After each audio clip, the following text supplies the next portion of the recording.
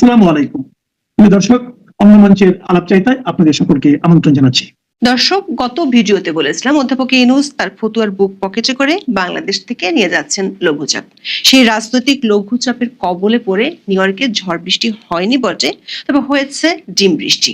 লঘুচাপ আজ করতে পেরে বাংলাদেশের বিমানবন্দরে সেলফির বন্যায় হাসির ফোয়ারা আগেই তৈরি করেছিলেন অধ্যাপক ইউনূসের মিত্ররা, বিশেষ করে তার প্রেসিং। কিন্তু জন এফ কেনেডি বিমানবন্দরে নেমে বাতাসের বেগ বুঝতে পেরে 5 রাজনৈতিক সফর সঙ্গীকে নিরাপত্তাহীনতার মধ্যে ঠেলে দেওয়া হয়। নিজেরা ভিআইপি প্রোটোকল নিয়ে সুর করে চলে যান হোটেলে।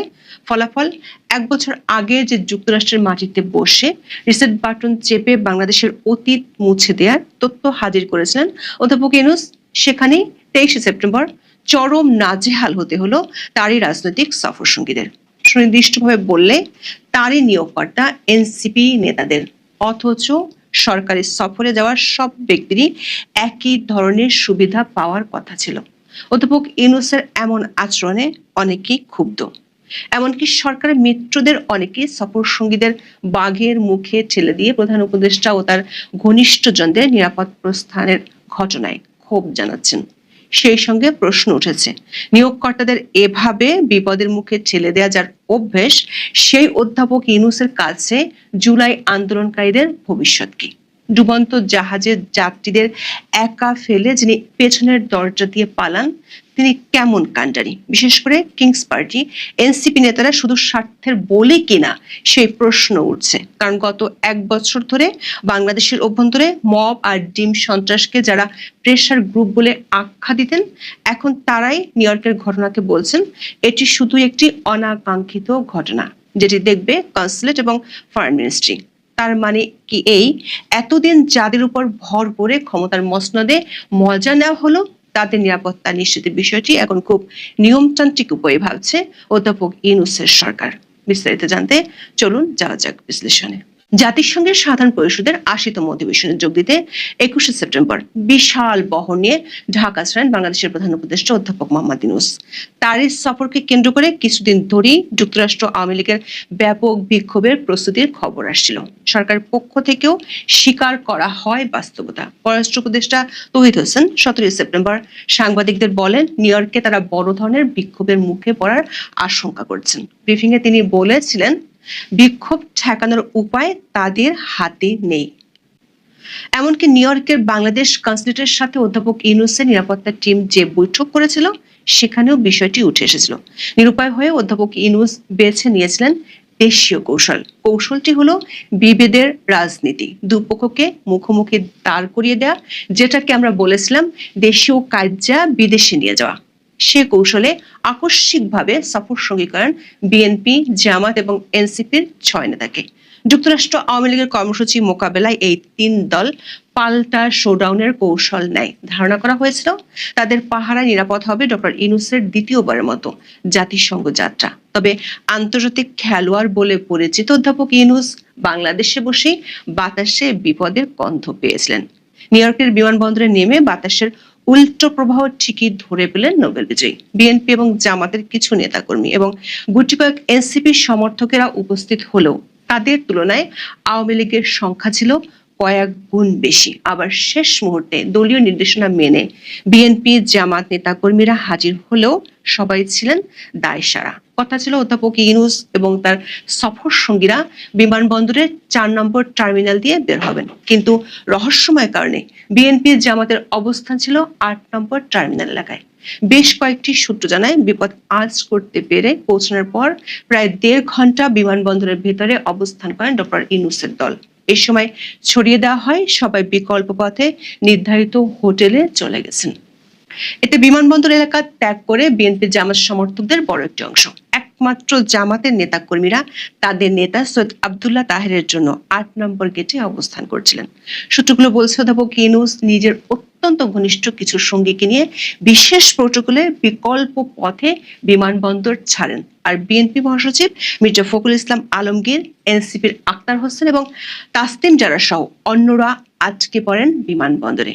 তারা 4 নম্বর টার্মিনাল দিয়ে বের হয়ে গাড়ির উদ্দেশ্যে রওনা দিলে আওয়ামী লীগের বিক্ষুব্ধ নেতা কর্মীদের তোপের মুখে পড়েন। ঘটনার সময়কার ভিডিওতে দেখা যায় বিমানবন্দর থেকে লাগেজ হাতে রাস্তা পার হচ্ছিলেন আক্তার হোসেন। তার পাশেই ছিলেন এনসিপির যুগ্ম সদস্য সচিব তাসনিম জারা এবং একটু সামনে ছিলেন বিএনপির মহাসচিব মির্জা ফখরুল ইসলাম আলমগীর ও তারেক রহমানের পররাষ্ট্র বিষয়ক উপদেষ্টা হুমায়ুন কবির। এই সময় আওয়ামী লীগের নেতা কর্মীরা আক্তার হোসেনকে উদ্দেশ্য করে স্বৈরাচারের দোসর কিলার আখ্যা দিয়ে একের পর এক ডিম ছুটতে থাকেন। এনসিপি নেতা আক্তার হোসেনের পিঠে আঘাত করা ডিমগুলো ভেঙে কুসুম গড়িয়ে পড়তেও দেখা যায়। তবে মির্জা ফখরুল ও তাসনিম জারার উদ্দেশ্যে ডিম ছুটতে দেখা যায়নি। হুড়োহুড়ি করে সবাই গাড়িতে উঠেও রক্ষা পাননি। আওয়ামী লীগের নেতাকর্মীরা গাড়ির সামনে রাস্তায় শুয়ে পড়ে প্রতিবাদ জানাতে থাকেন। তারা জয় বাংলা সহ বিভিন্ন স্লোগান দেন। এক পর্যায়ে অতিরিক্ত পুলিশ এসে ডক্টর ইউনূসের সফর সঙ্গীদের যাওয়ার পথ করে দেয়। জেএফকে বিমানবন্দরের সফর সঙ্গীরা যখন নাজেহাল হচ্ছিলেন, ততক্ষণে বিকল্প পথে নিরাপদে ম্যানহাটনের গ্র্যান্ড হায়াত হোটেলের পথে ছুটছিল অধ্যাপক ইউনূসের বিশেষ গাড়িবহর। এর একটি ভিডিও ছড়িয়ে পড়েছে সোশ্যাল মিডিয়ায়। দেখা যায় কড়া পুলিশ প্রোটোকলে বাছাই করা কিছু সফর সঙ্গী নিয়ে বিকল্প পথে বিমানবন্দর ছেড়ে যাচ্ছে প্রধান উপদেষ্টার গাড়িবহর।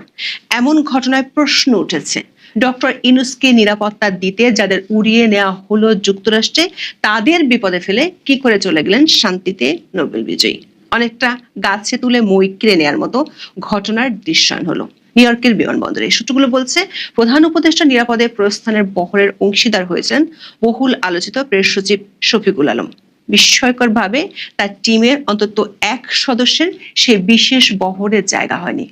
আক্তার যারা নাজেহাল হওয়ার সময় প্রেস উইং এর সেই সদস্যকেও দেখা যায় ভিডিওতে। প্রধান উপদেষ্টার প্রেস সচিব মাত্র কয়েক মাস আগে তিনি বাংলাদেশে মবের চাষকে প্রেসার গ্রুপের কর্মকাণ্ড হিসেবে আখ্যায়িত করেন। জেএফকে বিমানবন্দরে প্রধান উপদেষ্টার সফর সঙ্গীদের নাজেহাল হওয়ার ঘটনা নিয়েও তার প্রতিক্রিয়া অনেকটা দায়সারা। গ্র্যান্ড হায়াত হোটেলে সাংবাদিকদের শুধু বলেন, এ ঘটনা অনাকাঙ্ক্ষিত। বিষয়টি বাংলাদেশ কনসুলেট এবং ফরেন মিনিস্ট্রি দেখবে। নিউ ইয়র্কের বিমানবন্দরে নাজেহাল হওয়ার ঘটনার চেয়ে বড় হয়ে উঠেছে ঘটনার সময় অধ্যাপক ইউনূসের ভূমিকা নিয়ে। তার দীর্ঘদিনের মিত্রসহ কিংস পার্টির নেতারা ক্ষোভে ফুঁসছেন। সাংবাদিক জুলকারনাইন সাইন ফেসবুকে লেখেন, আয়োজন করে যাদের অতিথি হিসেবে সাথে নিয়ে গেলেন তাদের নিরাপত্তার বিষয়টাও তো আপনার বিবেচনা করা উচিত ছিল ইউনূস সাহেব। ফ্লাইটের ভিতর এত খাতির যত্ন করে ছবি তুললেন, সেসব আবার ফলাও করে প্রচার করলেন, আর ল্যান্ড করার পর নিজে চলে গেলেন ভেজা বিড়ালের মতো নিরাপত্তার চাদরে, আর অতিথিদের অরক্ষিত রেখে এমন অপমানজনক পরিস্থিতিতে ফেললেন। ফ্লাইটের ভিতর যেসব সরকারি কর্মকর্তারা এত মাখামাখি করে ফটো সেশন করলেন, আপনারাই বা কোথায় ছিলেন? সম্মানিত ব্যক্তিদের রেখে স্রেফ হাওয়া হয়ে গেলেন। Shame on you all. দর্শক, এনসিপির আক্তার যারা তো ডক্টর ইউনূসের সফর সঙ্গী, সবাই তো একই ফেরিতে থাকার কথা ছিল, কিন্তু ডিমের আঘাত যখন এলো তখন ফেরি যেন ডুবন্ত জাহাজ, ক্যাপ্টেনের হদিস নেই। প্রশ্ন উঠেছে, এমন এক সুবিধাবাদী ক্যাপ্টেনের পিছু নিয়েছে কেন এনসিপি? আবার সেই ক্যাপ্টেনের সিপাহসালার বলছে এটা শুধুই অনাকাঙ্ক্ষিত ঘটনা।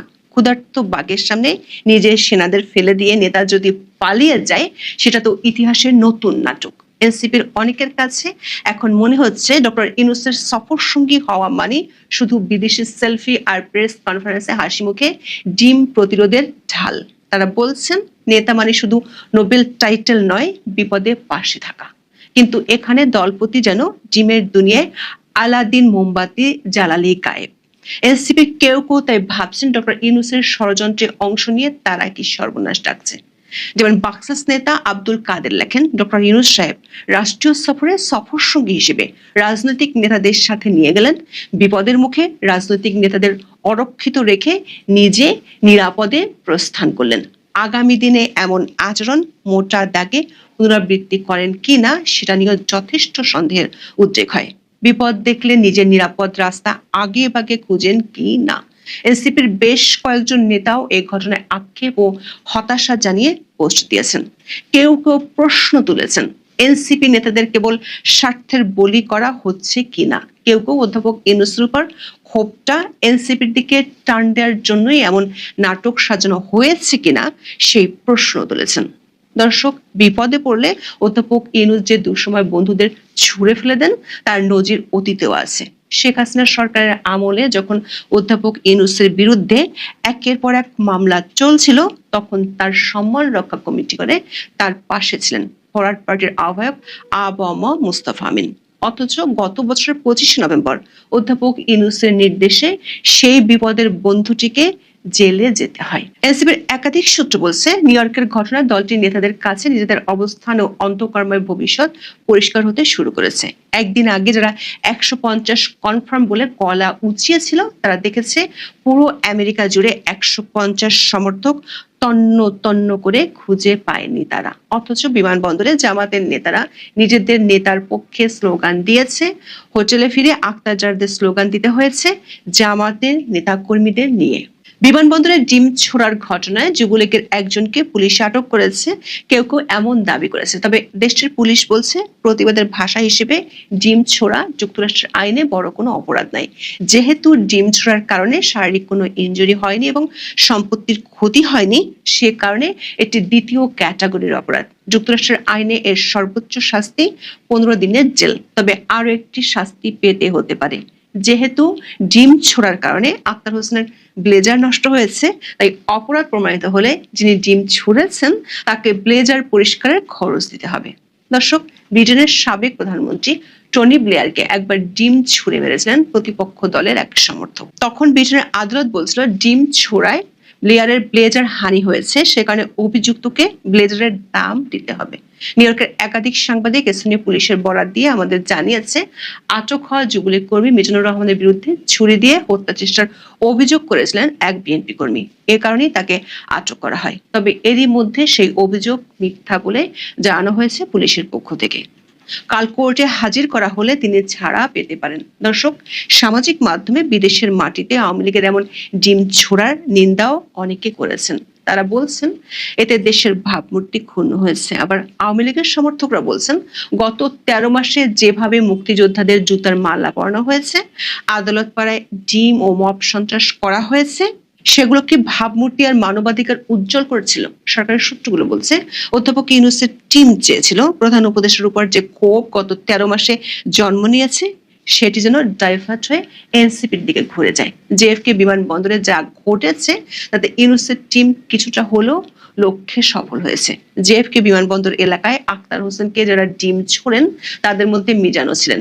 ওই ঘটনায় তার বিরুদ্ধে আইন ভঙ্গের অভিযোগ পুলিশ না তোলায় দুশ্চিন্তা আরো বেড়েছে অন্তর্বর্তী সরকারের। যুক্তরাষ্ট্রের মাটিতে সামনের 10 দিন এ ধরনের আরো ঘটনার মুখোমুখি হতে হবে কিনা সেই শঙ্কাও বাড়ছে। গতকালের ভিডিওতে আমরা জানিয়েছিলাম, ইউএস এর ফরেন অফিস এরই মধ্যে বাংলাদেশ মিশনকে একটি পরামর্শ দিয়েছে। সেটি হলো, ডক্টর ইউনূস ও তার সঙ্গীদের খুব বেশি প্রয়োজন না পড়লে হোটেলে বন্দী থাকা। সব মিলিয়ে জাতিসংঘে দ্বিতীয়বারের সফর আসার পরিবর্তে হতাশা হয়ে এসেছে অধ্যাপক ইউনূস এবং তাদের মিত্রদের জন্য। যে সফরটি হতে পারত নিজেদের মধ্যে বিশ্বাস দৃঢ় করার উপায়, সেটি জন্ম নিচ্ছে একের পর এক অবিশ্বাস।